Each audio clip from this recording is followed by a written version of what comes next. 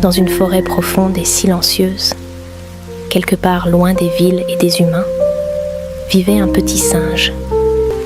Mais ce jour-là n'était pas un jour comme les autres. Le petit singe était blessé et complètement seul.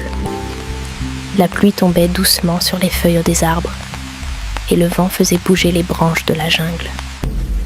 Fatigué et affamé, il avançait lentement sur le sol humide de la forêt. Ses petits yeux regardaient autour de lui, comme s'il cherchait quelqu'un pour l'aider. Mais la jungle était calme, trop calme. Personne ne semblait entendre sa douleur. Le petit singe s'assit sous un arbre, trempé par la pluie, et ferma doucement les yeux. À cet instant, il semblait avoir perdu tout espoir. Mais parfois, dans les moments les plus difficiles, le destin peut changer une vie. Non loin de là, deux hommes marchaient à travers la forêt.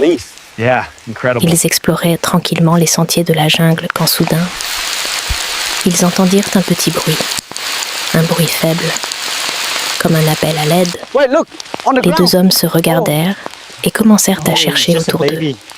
Puis, ils le virent.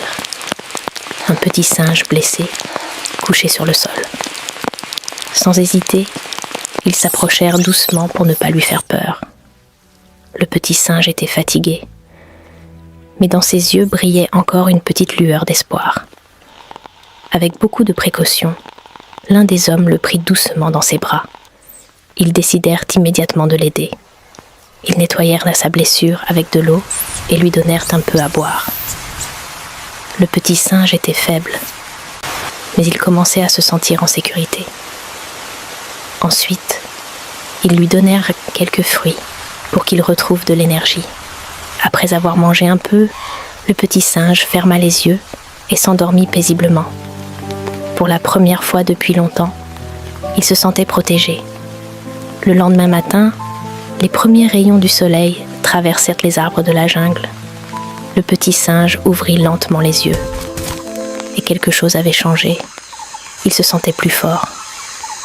Il se leva doucement et regarda autour de lui. Les deux hommes étaient toujours là, comme des gardiens. Petit à petit, le singe recommença à bouger, à grimper sur les branches et même à jouer avec les feuilles. La tristesse disparaissait et la joie revenait. Les deux